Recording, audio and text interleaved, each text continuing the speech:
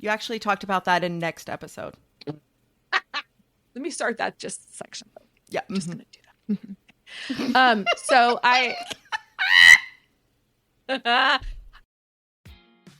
Yay, you're here. Welcome to How to Be a Grown-Up with CK and GK. Let's get started.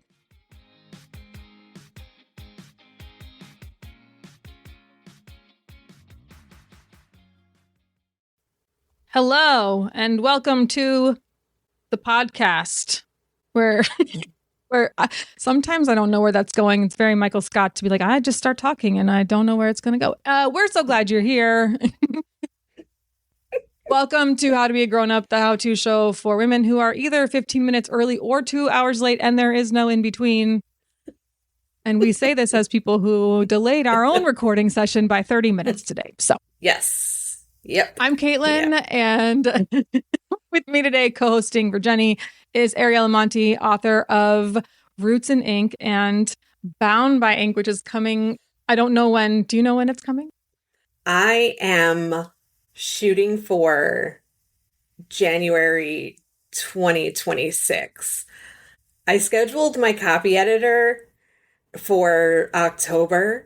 So to force me into, because we're talking about ADHD deadline. Yeah. So I'm doing a fantasy event in January, and I want that book to be ready for it. Oh my gosh, I'm so excited. Oh, okay. Anyway, she is a perfectly brewed latte of motivation and mischief. Oh, I like that. Yeah. Last week we learned. What you guys don't know is that I just had a really bad outtake and I can't stop laughing about it right now. So anyway, last week we learned that our ADHD brains treat emotions like a Netflix algorithm. Like, oh, you're slightly annoyed. Here's 10 more hours of rage. Similar to like, what you... It's like my Threads feed. Yeah, exactly. You like the one post and all of a sudden everything just... Yeah, exactly. Yeah. Oh, you like that one golf post? Here's a lot of content about golf. Like, okay, great. Anyway, go back and listen to that episode if you haven't. But before we get to the content for today, I want to remind you that if you like books, like you like your soup, it's got to be hot. You can get Ariella's books for 20% off using the promo code CK and GK. And I think it's all caps on her website, ariellamonti.com, which I've linked in the show notes. And who's eating soup in the summertime? Nobody. Me. Oh, no, I will. I would. I actually like soup. I'll eat it. It doesn't matter. I am. Okay. Today we are hacking the system. These are the actual tools that work to help you regulate your emotions. There's no toxic positivity here because I hate that. This is just real life. I parented after I was overstimulated by the light switch noise strategies. Yes. So let's get to it. Mm-hmm. Again, lots of sources for today. Attitude Mag, CHAD, which is the Children and Adults with Attention Deficit Hyperactivity Disorder website. Which such an unfortunate. I know, right? Such a Chad. Understood.org and the wonderful YouTube channel How to ADHD and us. And while I cannot physically put myself in the blog post for this episode, all the other sources are in the blog post for this episode. So go check it out. So I'm going to start with actually a little bit of Q&A for you, Ariella, because I love it. I'm dying to know how you handle this kind of stuff. So poorly. Done. Q&A section over. All right, how do you handle your big ADHD feelings without setting your entire life on fire? Therapy. What you guys don't know is that she just put her entire face into the microphone and was very close, as close as I am right now. Yes. But into specifically, so therapy as well as medication. But with therapy specifically, DBT skills. So DBT is dialectical behavioral therapy, and it's one of the modalities that my therapist is an expert in. And she taught me about TIP skills, TIPP. It's temperature, intense exercise, paced breathing, and progressive muscle relaxation. They were really, really reaching with using TIP as an acronym, but I found, so like, people were always like, I teach yoga, you know that. So Yes. I'm all about like breathing and mindfulness and all that jazz. But when I am about to set my life on fire, there is no amount of like deep breathing, like there's no amount of alternate nostril breathing that's going to take me back from that. Like alternate nostril breathing. Yeah, I've heard of it, but also like what? Yeah, I get it. Right. I understand it. Yeah. Yes. Oh. So what I will do though, I have found that temperature works well for me through using these TIP skills. So what I will do is when I am about to, light everything on fire or leave my family to go hide in the woods, I will grab an ice pack from the freezer and I will lock myself in the bathroom. And then I will take that ice pack and I will put it like on the back of my neck or like between my shoulder blades. And that will like shock my brain out of like, it will shock my lizard brain a bit. If it's winter and it's cold outside, because in North Carolina, it could be, 70 degrees in the middle of January. But if it's winter and it's cold outside, I will just stand outside, like without a jacket or anything, and I'll just stand outside. We talked last week about how my hyperfixation is like pulling like plants out and like, so one of them is intense exercise and like that doesn't work for me. Like I'm not going to go for a run or something, but like there was one time where I decided I needed to plant this tree like right then. And I had to dig a hole, and like the digging the hole was that hard, intense exercise for sure. Yeah. That intense exercise that, I'm coming to you from my house, so I clearly have not left my family to go live in the woods. So, yeah. I would love to add, you have a resource here for dialectical behavior therapy. So I'm going to put the link for that in the blog post for this episode as well, so you guys can find it. Okay. I have another question. As a writer, and I can relate to this question because I write content for my clients and critiques on your work, right? As a writer. So how do you handle it? Because RSD is real. And remember, for those of us who are not aware of what RSD is, it's rejection sensitive dysphoria. You feel rejection very intensely, and it becomes a they hate me, they hate my work, I suck at everything, sort of shame spiral. So I'm just really curious about how you handle RSD and critiquing. So in this particular instance, it was working in a really great newsroom as a reporter where I was constantly having my work critiqued by some really good editors who were invested in me learning how to be a better writer. So I would sit with them. It was a weekly. So after the newspaper went out, the next day I would sit with our copy editor sometimes and like re-edit one of my stories. So that process, I think, taught me the difference between like true, legitimate critique from a peer and like a subjective opinion, which is what you would usually find in like a book review, which I don't read. I don't go into like Goodreads or Amazon, and I don't go looking for my reviews because those are subjective opinions that are valid, but they're based mostly on personal preferences. Mm. They're not based in like critical thought and evidence, which is what a true critique is. And that is what I get that's what I get during the drafting process when I have beta readers. Those readers are going to give me those critiques that I'm going to use to make the story better. So like in some ways, like the simple answer is to be like, I don't read my reviews. I just avoid them. Mm.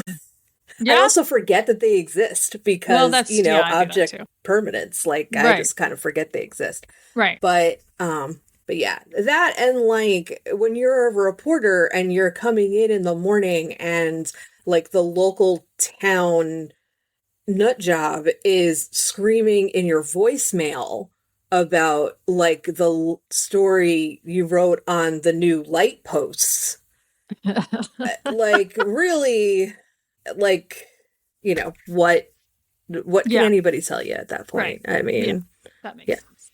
No, I like that separation. That's really smart. It's like, I'm not going to personally be offended by someone's opinions. I will refer to the critiques only that are actually based in logic and reasoning, whereas this is trolls or whatever. I like that. That's helpful. Yeah, definitely. Something I need to start applying. I also will get I get frustrated because I will happily make something for my client that they want. Like if you want this and you want that and you want it to look a certain way and you have this idea, give it all to me. I will happily make that. My frustration really comes in with when I'm given no direction and I make something that I like and that I think works and gets the message across, and then that person that I made it for comes back with 15,000 things that I need to fix, but didn't give me anything. You know what I mean? So I think that's where I struggle with the critiquing versus you know what I mean? And absolutely. And what I have also learned is in like those cases, the problem is not with me, it's with the person that gave me the assignment. Yeah. Because they did not make the assignment clear. They did not give me clear directives or didn't give me an opportunity to ensure that we were on the same page. And just like with, because that's not to say that like critique from a peer is always like helpful and good. Like there are a lot of critiques from peers that are absolutely awful and offensive. I just don't like, if you can't give constructive criticism without being an a-hole, then that's a you problem, not a me problem. That says more about the person giving the critique than the person receiving it. Yeah, and I think that's a really good point for anyone who is asking anyone to do anything for them, but in particular someone with ADHD and RSD, like be very intentional about what you do and don't want. And if you don't know what you do and don't want, look for some examples of what you like and what you don't like, and then present that to whoever your person is that you're working with in that sort of capacity. Absolutely. Okay, so I think I already know the answer to this because you mentioned it earlier, but your weirdest sensory hack. Now, I'm going to share mine. And this is new, a new sensory hack. We talked about last week how noise is like a big trigger for me, but for some reason, my dog Gracie has a super squeaker, looks like a watermelon. And it's a super chewer, so it's really thick rubber and it's very hard for me to squeeze. But I find it hilarious to try to squeeze it because I'm not as strong. Like her jaw is so much stronger than my hands. It's crazy. But I will like try to squeeze it and like let my rage go into this one little thing. But it's hard to be raging when you hear this.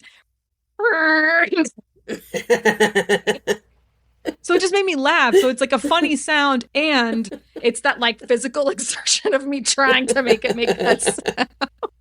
And for some reason, it's just enough to make me cackle, and then I can like calm down a little bit, right?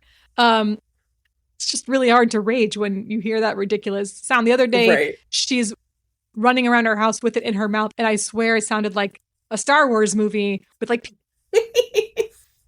like it was just so hilarious. But it's just a silly sound, you know? So you mentioned the ice pack thing. Yeah. Is that probably your craziest sensory hack? I think so. I can't think of anything else that I do that would even be. Yeah, that makes sense. But just slamming the door and going into the bathroom with an ice pack. Yeah. Like, do you remember how nice it, like, satisfying it was to hang up on people? Yes. You know, like when you slam the receiver down, you know, like we don't get that anymore. And I feel you like forcefully tap your phone. Like, right. It just, No, could you even hear that? Like, it doesn't even do anything. Right. There's no, Yeah. And you're right. I think I think there's pent up aggression when we can't slam the receiver down. I like it. Okay. So let's get into I like those. Those are some things where you just previewed a couple of things I'm going to talk about, but we're going to get into some tools to regulate ADHD emotions. I'm going to say this, not all tools work for all brains. So I'm giving you a menu. Pick one that makes you go, oh yeah, okay, I'd actually try that. So for when you are already spiraling, the 5-second name it game. I'm feeling angry, overwhelmed, sad because whatever the trigger is. So you are going to say, I'm feeling, name the emotion, and then say because, and then whatever the trigger is. Then you'll say, this is my ADHD brain. It will pass. So I'm feeling angry because it's too loud in here. This is my ADHD brain. It will pass. Bonus points for you if you give your ADHD brain a name, like Gladys or Glynis or Bob. I think ADHD brains need a name. I don't have a name for my ADHD brain. I'll have to come up with one. I have also heard of people, like, when they're annoyed with their spouse for doing something ridiculous, like they'll say like the ghost did it, and they have a name for the ghost. Yes, so I have heard that. Kind of like that. Yep. Kind of like that. Yeah. Another one is sensory grounding, which you've kind of mentioned. Cold water on the wrists, ice pack on the back of the neck, sour candy, or a loud sigh. Like just a sounds funny. Anyway, I don't know. Dude, that's so much.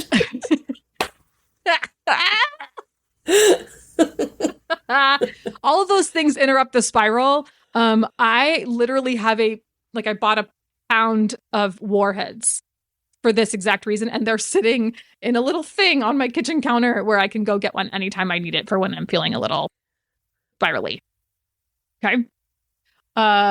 You mentioned this kind of thing too with the slamming of the phone, but I'm going to say angry laundry. Take a ball of socks and throw it. Bonus if you throw it with your non-dominant hand because it looks. I think it looks hilarious. A physical release is better than, yelling at the sock. Just pick up the sock and throw it with your other non-dominant hand. A 5, 4, 3, 2, 1 grounding for moms. 5 things you can see. I see the sippy cup. I see the laundry pile. I see the Lego.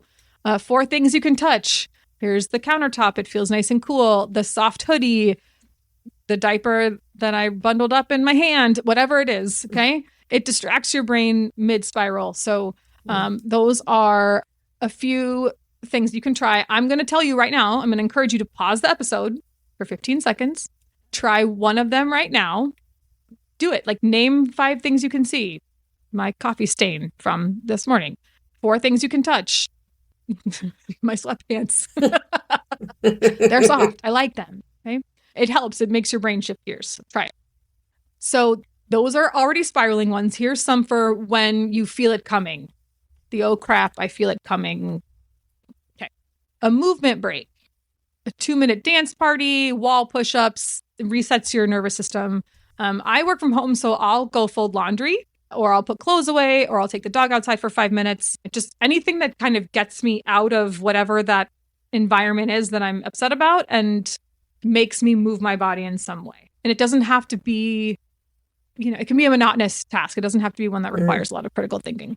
I'm seeing a lot of these on Instagram and elsewhere, but emotional menus.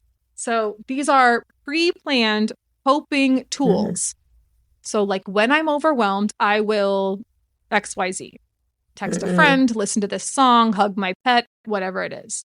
So like school drop off or camp drop off because it's summer, whatever it is, the stress hits, you're going to go, okay, I'm feeling overwhelmed, I'm feeling stressed, I'm going to chew some gum, blast Lizzo in the car or Taylor Swift or Miley Cyrus or Foo Fighters, Fugees, whoever it is.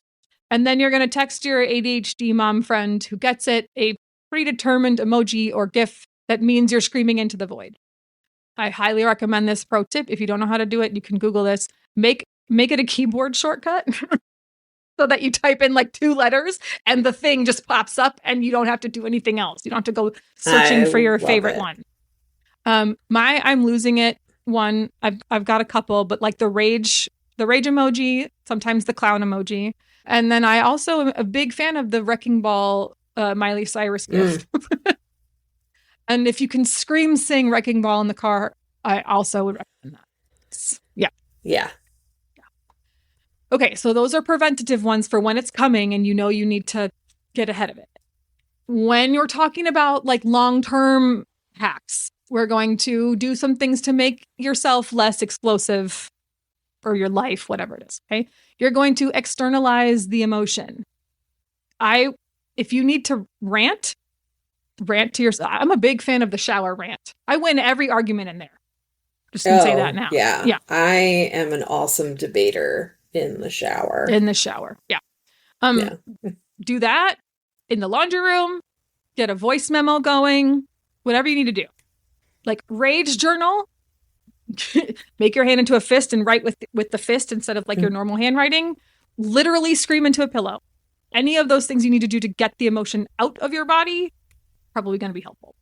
Compassionate self-talk. We've talked about this quite a bit, but always need a reminder. This is my ADHD. This is not my fault. I am doing my best.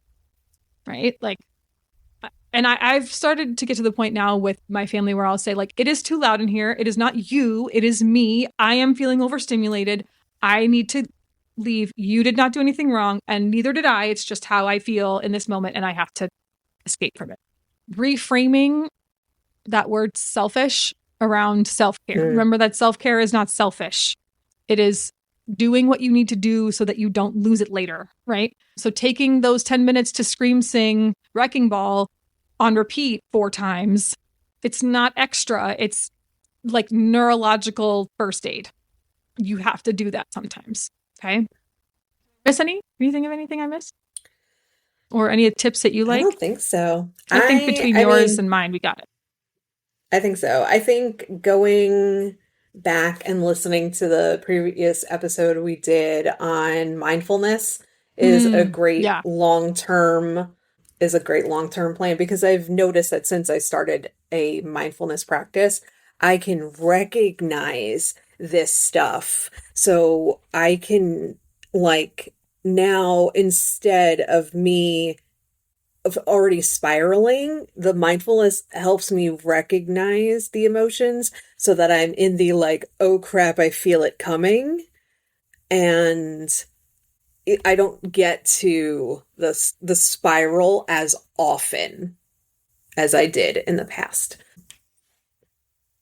I think that makes a lot of sense. I will make sure that episode is named here. I don't want to necessarily put a link to it because I don't know what platform y'all listen on. So I'll make sure there's a link to the blog post for that as well, so you guys can find that, and then you can listen on the podcast app you prefer.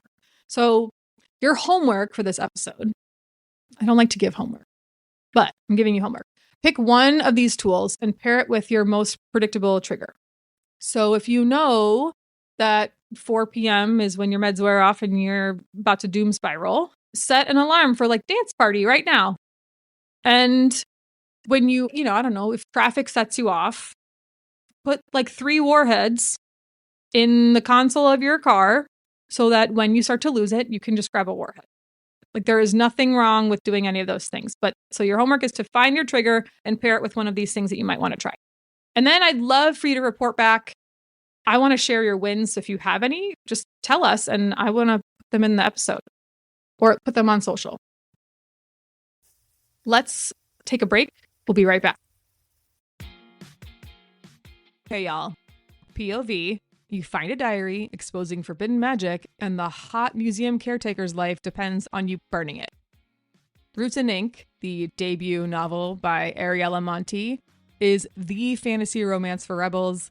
Use promo code CK and GK to get 20% off your copy at ariellamonti.com. Again, that's all caps CKANDGK for 20% off on ariellamonti.com. Get your copy for 20% off today.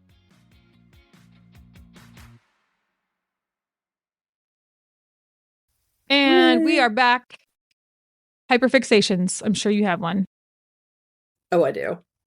All right, let's hear it. It is the Outshine coconut popsicle bars. Ooh. Yeah. Are they wrapped in chocolate?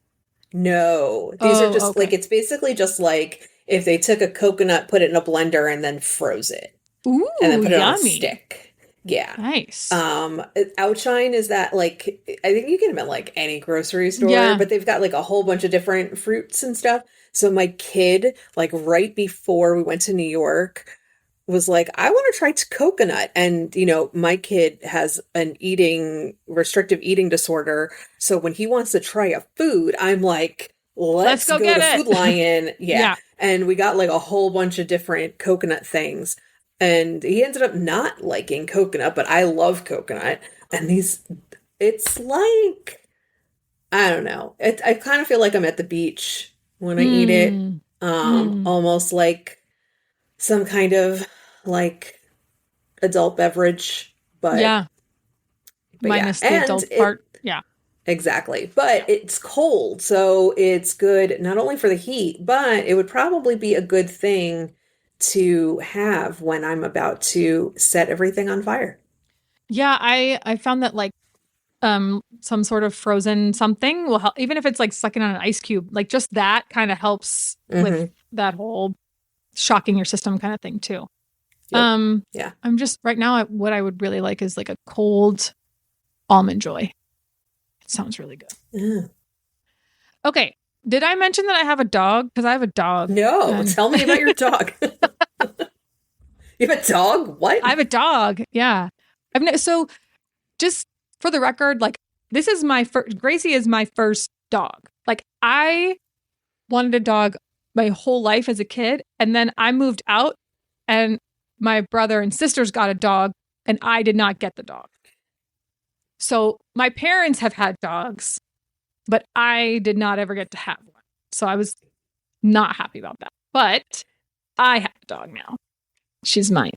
She's my baby. It's Bailey is my first dog ever. Like even my parents have never had dogs, and I was afraid of dogs for a very, very long time. Like well into my 20s. So to even have a dog now is wonderful, and she's often my favorite child. Yeah. She's a good baby. Except for when she plays the inside-outside game. Then she is my least favorite child. Oh my gosh. She's mine. So just we're still in that transition period of like shelter dog now coming home.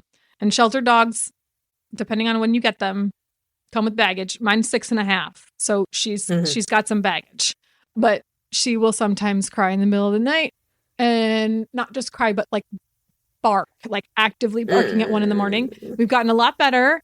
Lots of walks, lots of tennis fetch and all that stuff to wear her out. And it's summer, so like if she goes on an evening walk, it's hot and it wears her out. So we're doing all the things, but she is still my hyperfixation. I'm still really obsessed with my doggo. She's so pretty.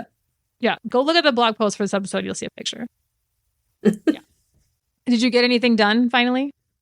I finally paid a medical bill. Oh, nice. That they've been like calling me about for a very, very long time. I was talking to my mother about it when I was in New York, and I was like, yeah, you know, like the hard part is that I'll get the email for the portal, and then I got to go into the portal, and and then like my password words won't work, and blah blah blah. And she's like, well, why don't you have them just like mail you the bill? And I'm like, because then I'm gonna take the paper bill and I'm gonna put it in one of my many doom piles, and I'm gonna forget about it anyway. So yeah, no, I finally paid that. So hopefully I will stop getting calls from WakeMed. Yeah, you just described my task I finally got done, which is I went through the pile of mail that was ridiculously high. For some reason, I ended up with an Arkansas tourism magazine. What? I don't know. I don't know why I got the Arkansas tourism magazine, but I can tell you that it was sitting in that pile of mail, and I was like, why is this here? And it was addressed to me. Yeah. Like, what did I sign up for? Nothing. I did not ever sign up for anything. This is no shame on Arkansas. I just don't need an Arkansas tourism magazine. So that was mine that I finally did. Yeah. I had to do that once with my therapist, where I spent a whole session with my therapist going through a doom pile of mail because it was just so like so overwhelming. Genius though. Yeah, like way to go with the body doubling. Smart. Yeah, I would absolutely, because then she was also like, how are you feeling right now? Like, especially when you find like I found like a bill, like an overdue bill from like 2 years ago or something. Man. She could like work through the emotions while I was out. I highly recommend, if you have a therapist like willing to do something like that with you. I mean, I do virtual appointments with her, so it wasn't like I had to bring a shoebox full of mail like to her office and then just dumped it on her floor. Like, but I can see the value in that though. I also think that there's something about like just having something to do with your hands where you can like kind of stay calm and talk about your emotions at the same time. I need to just start. Absolutely. I need to just have one of those little mini puzzles you talked about, and while I have my therapy session. That sounds like a really good idea. Another one of those. I did the Bigfoot one. Yeah, those are. Yeah, the next time I go into the mail place, I have to get like another one. Sounds awesome. Because they're fun. Not gonna lie. Yeah. Okay, so that was all the tools we have for helping you with those intense ADHD emotions. Thank you for listening. Next episode, we're going to talk about an ADHD superpower, which I'm so excited about. We're talking about creativity, ADHD and creativity. So be sure to subscribe to our show on your favorite podcast app so that you don't miss it. As Jenny would say, make good choices. And if you need to eat 15 warheads to calm yourself down, no shame. Just brush your teeth after because it's a lot of sugar. Right. No judgment. No judgment. And don't forget to tell us which one of these tools you tried. Yeah. Okay. Love you, mean it. Bye. Bye.